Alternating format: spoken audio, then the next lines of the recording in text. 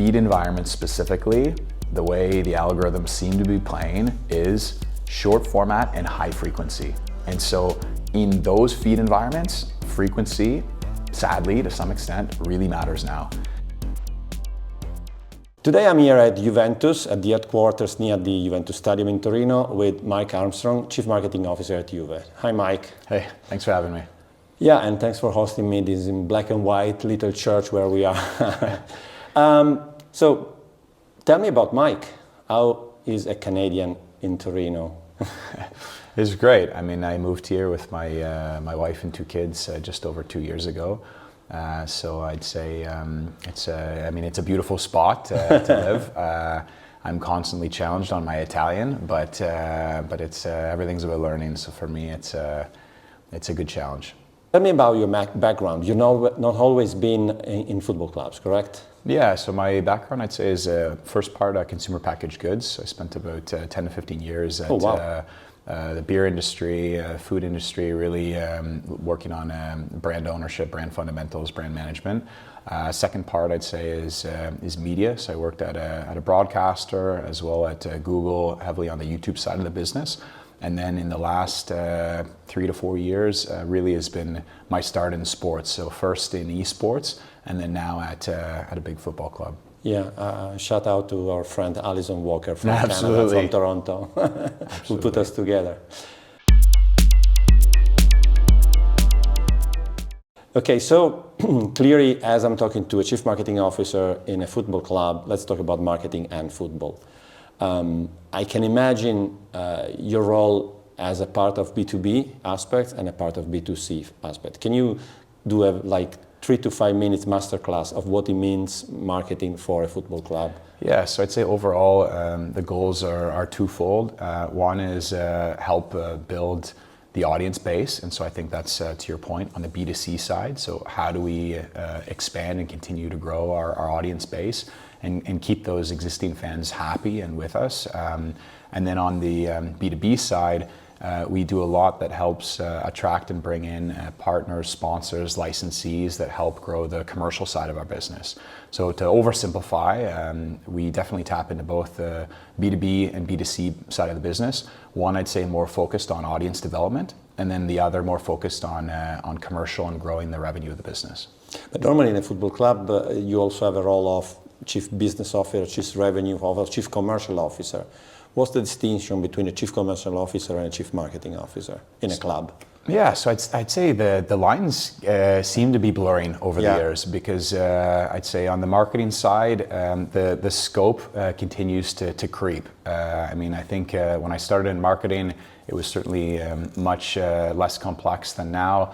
Now we tend as marketers to get into the IT side of the business. We get more into revenue. I mean, I have a team that works on direct marketing. And so for instance, that team is working on paid media, programmatic media to deliver a sale. And so it's no more that marketing is doing brand development and the commercial side is doing sales. The lines are blurred. At Juventus right now, I'd say on the commercial side, the more, I'd say, expected commercial line items, so how we work to attract and to service partners, our stadium revenue, and then our e-commerce sit within the commercial area, and then pretty much the other commercial departments sit within my remit. Okay, and the stadium revenue includes ticketing? Yes. So there is a B2B and B2C aspect also in commercial, not only in marketing. Yeah, which is what it was more. Yeah, I mean, it's what makes it continuously complex, and I think that's why a lot of football clubs and sports organizations, you need to make sure also you've got the right emotional intelligence candidates in marketing and sales roles, because otherwise you end up with tremendous infighting within the departments. And so I think the lines are blurred. They're going to continue to be blurred. And so I think that the people side of being a CMO or a chief revenue officer is really important. Otherwise, no work gets done because it's just fighting all the time. Yeah. And one thing that I wanted to ask, and I know you didn't prepare for this, so let me see if you're. I don't want to go to too much a difficult question.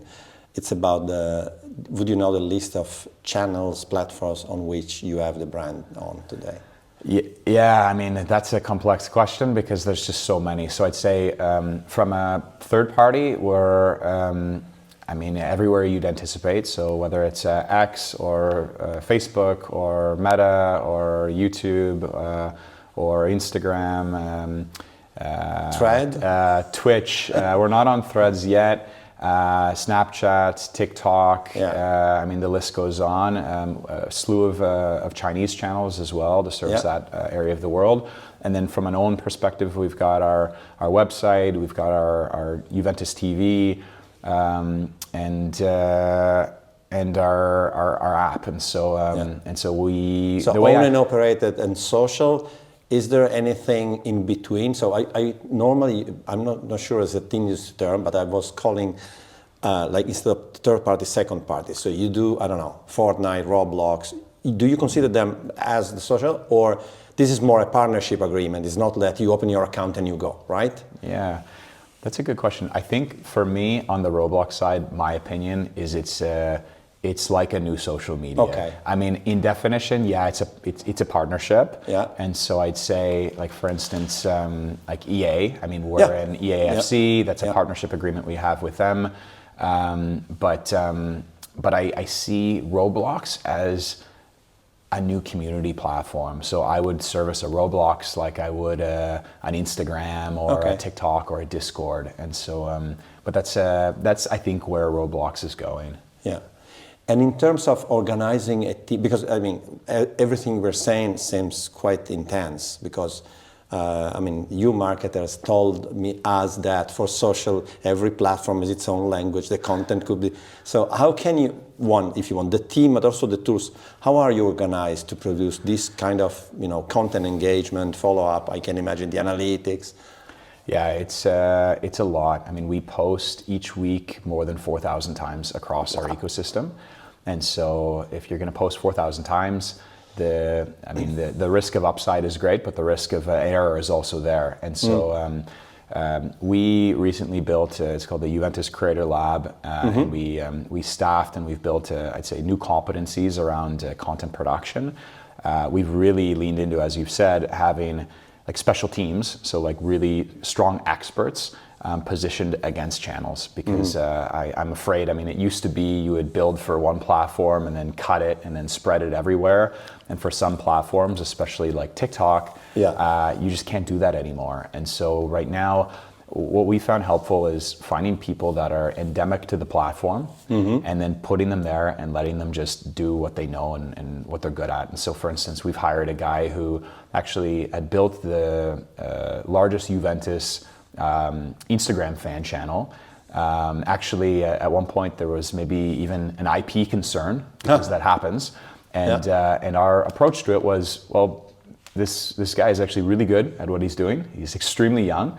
But actually, maybe we could bring him in-house and he could be both a Juventus fan and then also work for the company. And so we've had luck in also hiring people who are social media influencers and then putting them on the channel, or bringing fans in that have built an audience already and then have them operate on the channel. So I'd say each month we look at performance across all channels. We measure each channel slightly differently. We have a prioritization, so we don't treat all channels equally. We don't want to know. No, it's probably not a good one to go into. But what the Juventus Creator Lab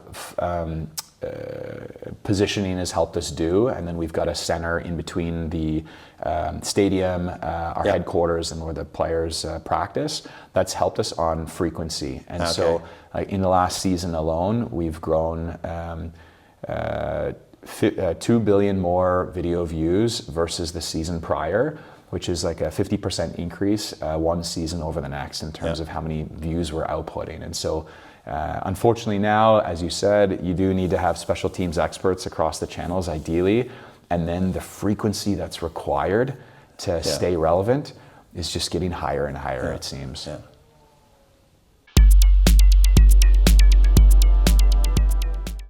So quite a fascinating approach of including I would say organically, from the bottom up, influencers and people that create great content into the team.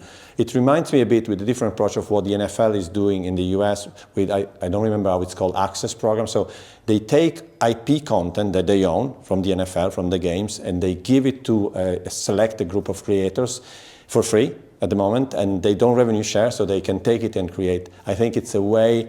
It reminds me a bit also of PK Kings League. So you don't start from football, you start from or you combine the audience and the creators and football. You think it's something, you're going in that direction too? Yeah, we've experimented a little bit, especially with our core audience of allowing them to design what a jersey could look like or what a kit could look like.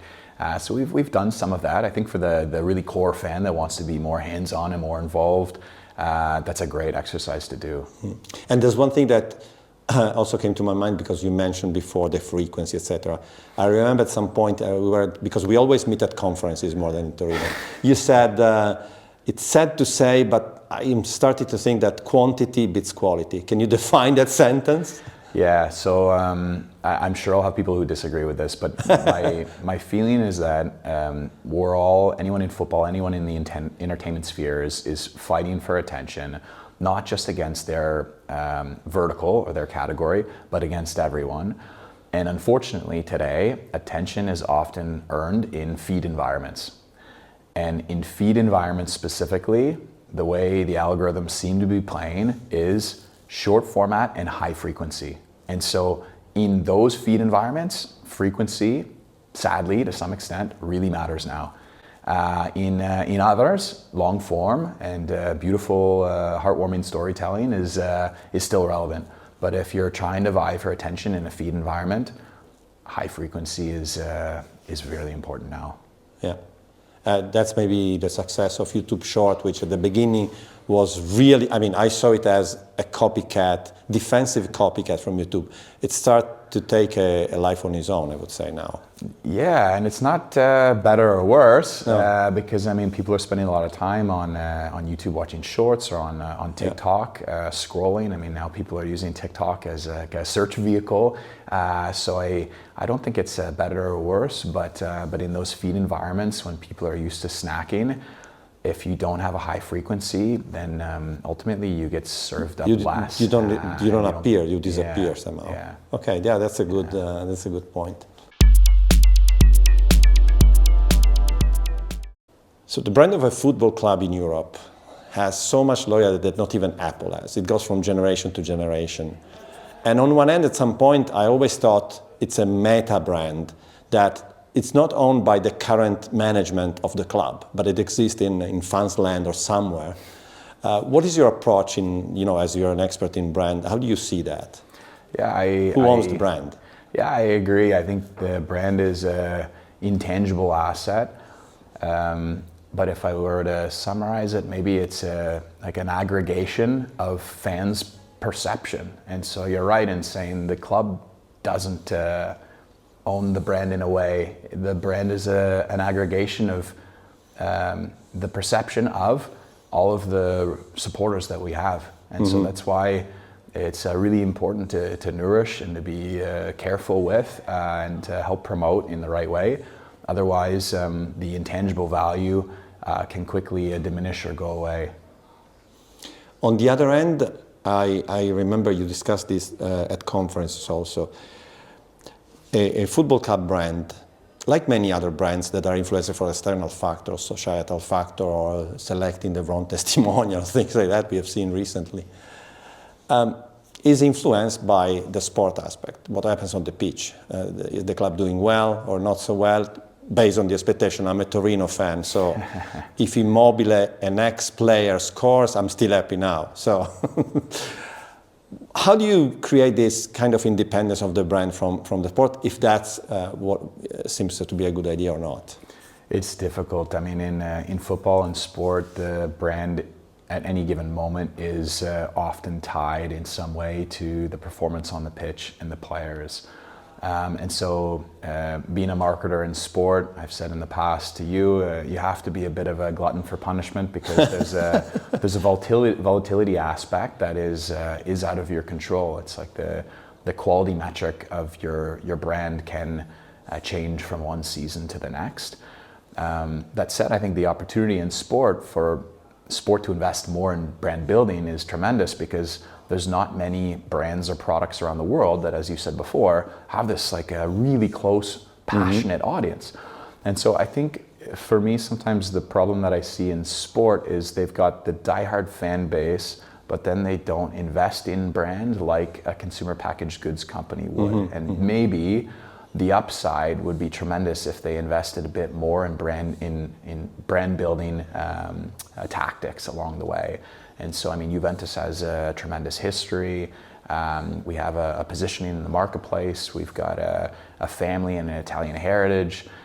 We've gone through a new visual identity. There's some really unique assets there that could help build the brand to be football at the core, but then other things.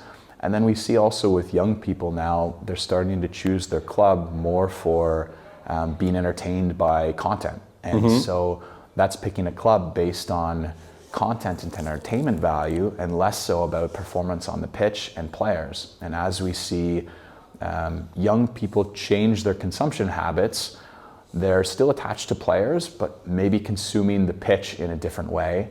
And so I actually see more upside in building brand through storytelling with younger audiences today. And if you look at how clearly football works in terms of the other aspect, media rights. So now there is the new cycle. So imagine we are already in the new cycle with DAZN having quite 5 years. So in theory, what I'm expecting, I also talk to the people at Serie A, at La Lega Serie A, is there is space for innovation. 5 years, people can invest more. You're together for a long time. The next cycle will be a big question mark. How is a club involved in what happens, in terms of broadcasts, etc.? I'd say within the Serie A, I mean, the clubs work closely with the league, and so we're with them supporting as they need it. But ultimately, it's the league that's shaping the strategy and the direction on where the league wants to take the broadcast and then the innovation. And so we're there as a sounding board, and we're there to support, but we're not the main driver, the league is.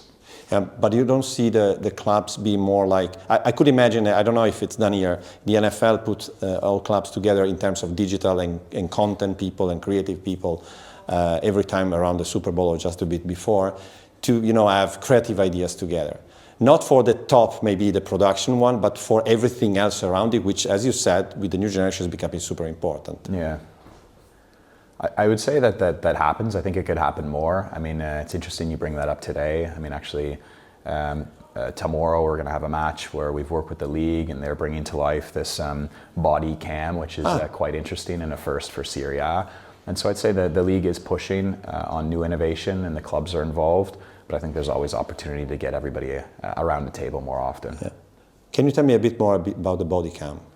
Yeah, so the intent is to get a really first-hand, almost first-person point of view on a player as they're practicing before the match, on the pitch, and to get that perspective. And so it's a new way to try to keep people engaged in the live broadcast, feeling more immersed in the experience. So I've heard so much about the fan, the fluid fan, Gen Z, and so fan engagement. So there's so much talking about in our industry, and I'm also one of the guilty ones, about fans. From your point of view with your work at Juve, how do you see fans in respect to what you have to do? So, I mean, fans for us are at the center of everything, and so we try to get as much research and data as we can on our existing fans, so that ultimately we can better the experience in the product that we give to them. So I mean, fans are talked about every day, all day long. I mean, that's core to the marketing function. I'm a marketing geek like yourself, and so I've read all the studies on the fluid fan. I quite like. I think the humans challenge now for especially younger fans, but I'd say all fans is just the availability of content that you have at your fingertips. And so the challenge now is probably most sports leagues and clubs are going to have either less time now with fans than they've had in the past, or they're going to see that diminish in the coming years.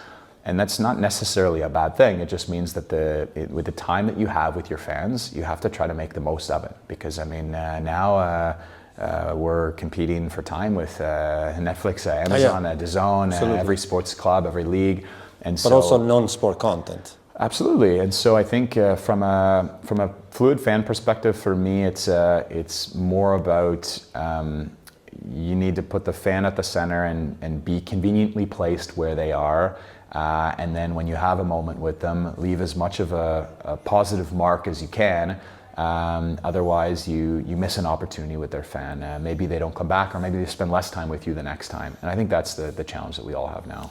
And in terms of, so to go a bit more in marketing terms, but segmentation, there is a clear one, or obviously it's more sophisticated, but the basic one is the one that supposedly are coming or can come to the stadium and everybody else.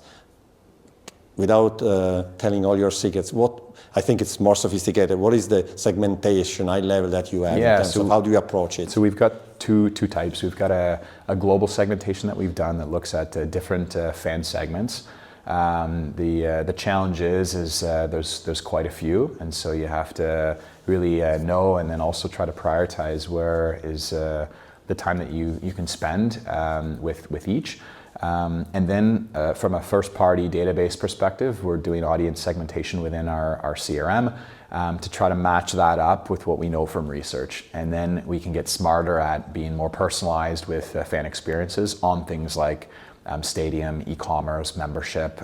We can offer more personalized experiences at the right time to those fans. So audience segmentation for us is in two places. One in a more like research and academic, and then one in a more real-time CRM database. Yeah, and in terms of, okay, I had this idea a long time ago that I don't think, a lot of people told me it was a good idea, but I haven't seen anybody doing it, that you should have a club or a sport entity should have a CFO, but not a chief financial officer, chief fans officer.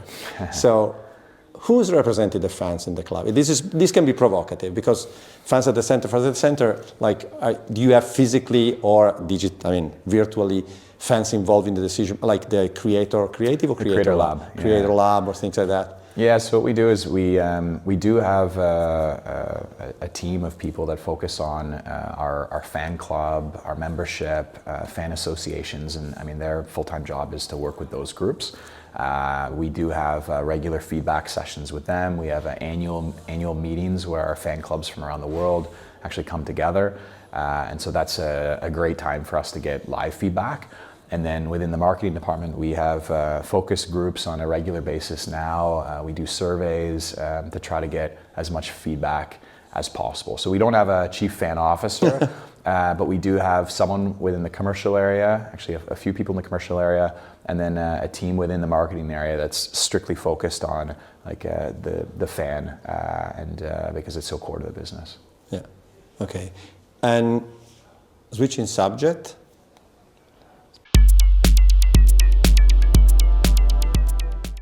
what about the sponsors? Very often I have the impression, not from you, I mean in general, that sometimes you need to find excuses to create content that then you can sell to sponsors. I'm not, that's my impression. So it's a provocative question, sorry, but how authentic is this relation between you, the sponsor, the fans? I think, good branded content is done where there's an intersection on what the sponsors center of gravity is and how it intersects with a club. I think that's generally when you see the most authentic branded content that's done. And so our approach isn't to build it and then slap a logo on it. We really need to understand like what is it that our sponsor, partner is looking to achieve. If content is a solution, then we start getting into, okay, well, what's the purpose of the partner? What's the tone of voice? What are the stories that they want to tell? And then we work with them on it. I think if you do it the other way, then that's where, as you said, it probably feels like a content factory with sponsor marks on it, and that's not the right approach in my opinion. So in the last 10 years, the relationship with the sponsors is real, and what the sponsor want or expect from a brand like a football club is really different. My feeling is it's changing a lot. It's changed a lot. I mean, as you know, I've been on kind of every side of the equation, whether it's agency or broadcast or brand, and I think the expectation now from partners, sponsors, is high, and for them to see the return on investment that they need, I think sports properties need to act more like agencies servicing their sponsors and partners, and less like an IP provider that gives them reach. I don't think that model works anymore.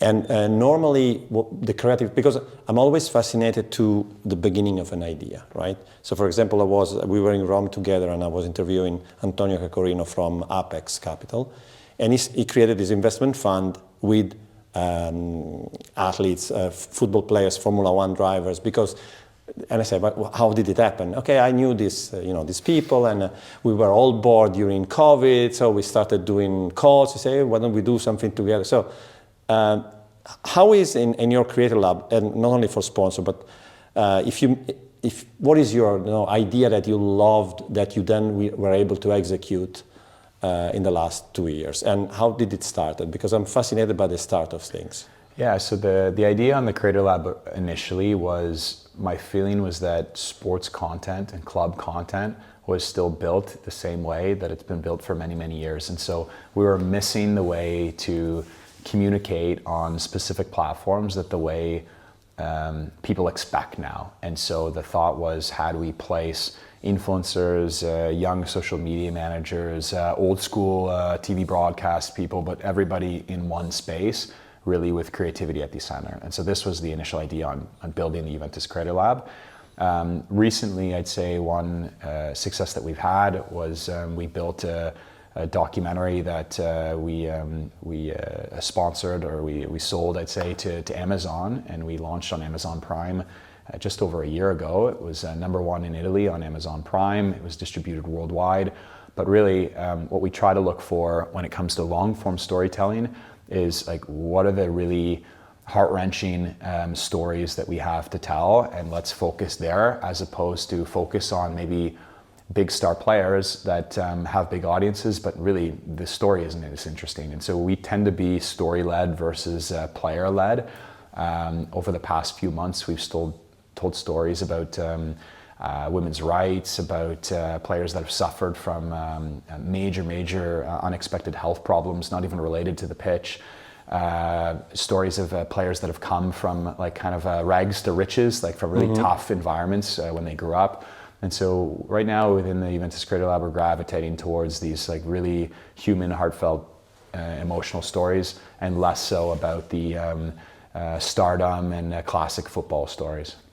I agree, because when I see content created by broadcaster, I still think there is kind of more authentic level that is starting to come out.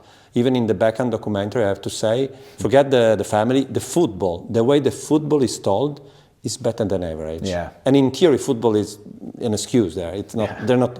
The documentary is not about football. No. But the way they tell the story about these few moments of drama in football, super emotional. I love the way, and I think there is a lot more story. And even I was expecting some. I'm a naive utopian, but even the big guns in football that at some point become president, I think they have a lot of story to tell about football, but we always talk about something else. So I think as more as you can go story first and authentic, and I think that seems to be a good recipe for long form, especially. Yeah, it's working well so far from what we can see on the metrics, but we keep experimenting. I mean, that's never ending. So without going in specific of revenues of one club or league, etc., clearly there are challenges in keeping this business, both on the media side and the sport, sustainable. How do you see the monetization from a club perspective evolving from now on? I think most clubs so far, if you look at their revenue, the majority of it sits within revenue generated from broadcast or from sponsors. Yep.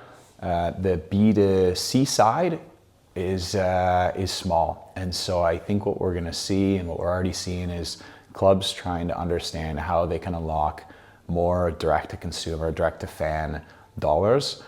The difficult moment right now is a lot of clubs have these really big, vast digital ecosystems with fans of, let's say, all levels, but they're having a hard time finding out how to convert off of those really large audiences. Things like in-arena skins in video games and digital assets haven't really fully infiltrated into, call it, traditional sport yet. And so right now, my feeling is there's the shift towards direct-to-consumer, but a lot of difficulty around how exactly do you unlock, let's say, material or meaningful dollars within that space. And so some clubs are taking the approach where they're saying there's not a whole lot of money there, so let's not focus on it and let's outsource. And then others are going all in, kind of hoping and praying that there's going to be more ways to monetize directly that are meaningful over the years. And I'm not trying to be tough on the direct-to-consumer side.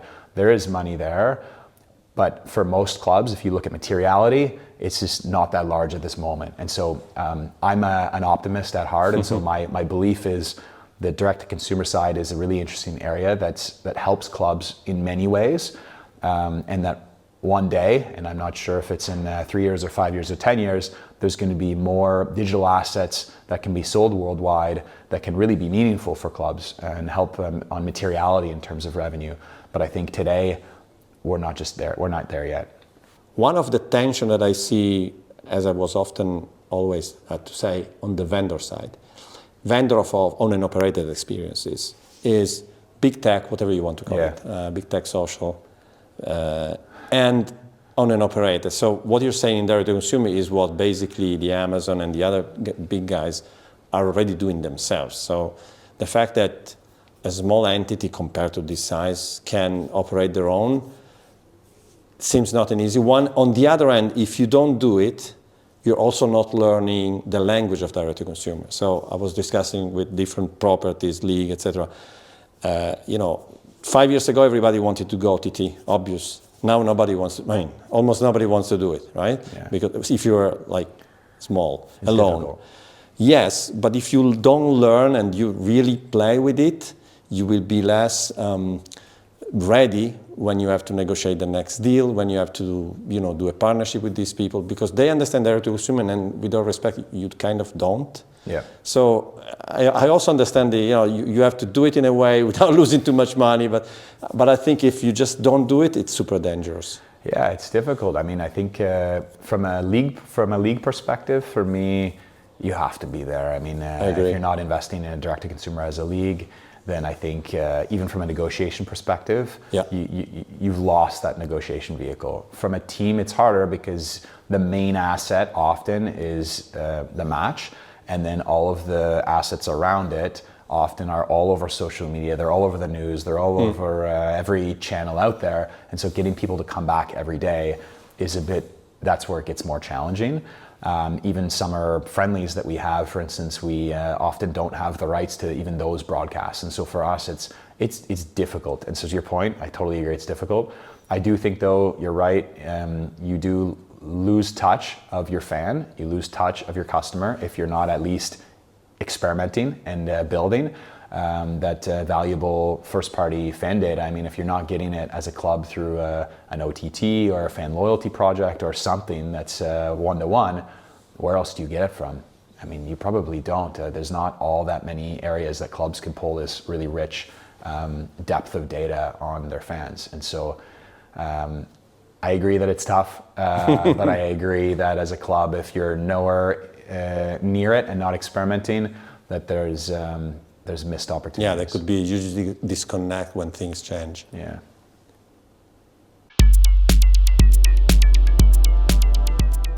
One of the things that people in your position, I think I've often asked, and I've seen it myself, is, yeah, but as a club, okay, you don't have the live football rights, but you have the players. So can you define an answer to this quote statement that is possibly not so true? Yeah, I mean, it's true and it isn't. I mean, a lot of media have access to our players, and so I mean that's the short answer is whether it's DAZN or any local news. I mean, they get access to our players, and so it's not like we have exclusivity over our players. And then players themselves are becoming their own brands, and they're in a way competing with clubs these days. Especially you see players now more and more with their own agencies and their own personal social media teams, and so players are building their brands and their IPs that are totally disconnected from the club. And so players are critical and at the heart of every sports team. We of course are able to tell wonderful stories and build exclusive experiences for our fans with players at the center. But it's if you build everything on that alone, then when a player moves to another team, then often you lose the fans as well. And so it's a risky proposition.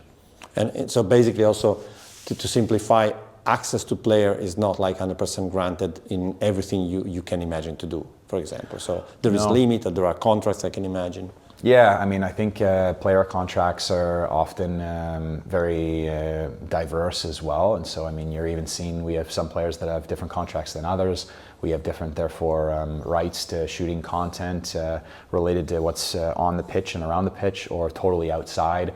So I think that's an interesting topic, and I think player contract rights are going to continue to evolve, and I would anticipate seeing more clubs trying to invest more upfront to gain more exclusive and total rights to player content in the future. And in terms of, and again, me being the naive utopian, but normally I see it in music, for example, different scenes develop in different ways. The concept of we grow together, I know it's like a stand, kind of true. So I've seen the NFL clubs sharing all of their digital data, YouTube, everything, in a platform that the NFL built with 64 dashboard, if I remember well. Wow. And in theory, they're not. In NFL, the clubs are a bit competing because they can see. So the fan base is not as loyal as in Europe. But still, they're really not competing on that front. So they put the data together and they could learn a lot. Like, I remember at some point there was the Buffalo Bill, whatever at the time, three people digital team that were scoring in whatever YouTube engagement better than the Patriots. And so the guy from the Patriots called and said, what's going on? How do you do it? So this sharing on information is growing the league and football in general. I have the impression that it's not the same here in football in Europe and especially in Italy. Do you think there is an ego perspective or there is a missing understanding of the value of sharing and growing together? Yeah, I mean, I guess my naive North American view is I'm sharing right now. I mean, even with you now, I'm sharing. My feeling is, as I said earlier, because all of the teams in Serie A are competing for attention with every other sport and every other entertainment. The more we share, then the more all of us get better, and then the whole league gets more attention. And so my point of view is we should share learnings more and regularly. The why, I think maybe it does stem from history and heritage and the diehard nature of one team versus the other from our fans today. But I think within the organizations right now, we're all fighting such an intense battle for livelihood and attention that if we don't share, we actually bring ourselves down. One thing that I forgot to ask more in detail is you mentioned loyalty. Can you define loyalty as you execute it here at Juve at the moment? Yeah, I mean, I think from a loyalty program, it's something that gives fans the feeling of community, connection, exclusivity. Like it's in this realm, so I don't have a specific definition.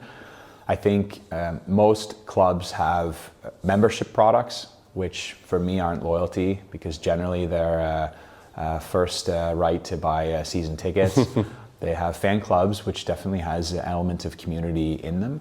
But I haven't really seen football clubs dive into building loyalty platforms like you see in other industries, whether it's airline or your trains or your grocery store.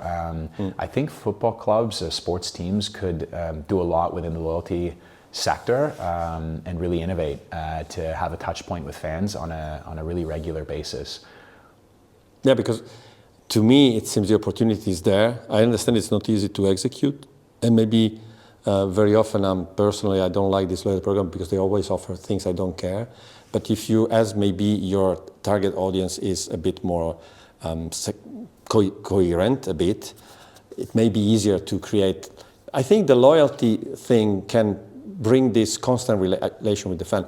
What I'm still surprised, even if I don't have a solution, is that in theory a club should have an easy way to have a relationship level, weekly relationship with the fan, not just because they watch a game, but there should be a constant exchange.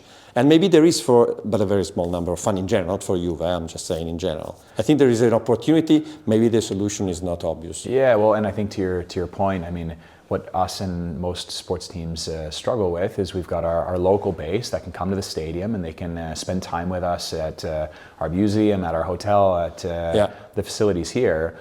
But then the majority of our fan base is not close to the stadium, and that fan base doesn't really have a lot of ways to connect with us, as you said, on a weekly or daily basis. And so the opportunity to have some sort of digital product act as a loyalty mechanism, I think it's a big opportunity for Juventus and for any sports organization. Yeah. Earlier this year, we chat a bit how you could use AI to create content, and I know that, and I've seen that you're doing quite substantially now. So tell me a bit about it. Yeah, so the initial thinking was, my belief, as I mentioned earlier, is these feed environments, especially where frequency is important. I think that a significant portion of what we're going to see in feed environments in the next few years is going to be AI. And some of it we'll know it's AI and it'll be obvious, and some we will have no idea. And so I'm happy and a bit afraid of what that's going to look like. But what I said to my team just around a year ago is, let's try to get ahead and let's do some experimentation. And so right now we're using like 15 to 20 different tools that help us with either frequency of content, to improve the engagement rates on the content that we do, or to just help us move faster. And so whether it's dubbing or subtitling or clipping, we're using all sorts of tools at the moment. And that's an interesting space that we've seen some good early results. And also, as we've spoken a bit about, it's changing so fast. And so 12 months ago, what we could do with tools versus what we can do now is it's quite dramatic, the difference. And so it's a constant ongoing experiment, but we're starting to dedicate now people to essentially AI related contents at Juventus. And do you see the fan, what is the fan reaction? Is it like a novelty thing, so they like it and then they leave it, or you think, I mean, I may understand it's early, it kind of sticks at a certain point? For me, at first I was wondering, like, do you need to label it as AI? I mean, what's the acceptance going to be? Yeah. So far, it just seems like there's enjoyment, and there's not like a hate because it's done with AI, or necessarily a like because it's done with AI. It's just seen as content, and it's either liked or not liked. There's maybe been one or two times where it's actually created more engagement because I've seen fans debating, was that done with AI or wasn't it? And so that's a little bit scary, but that's actually created more engagement on those particular content. But I don't see fans reacting in either like an overly negative or overly positive way that it was built with AI. It's just seen as content. Yeah, cool. Cool, I've seen it. Thank you.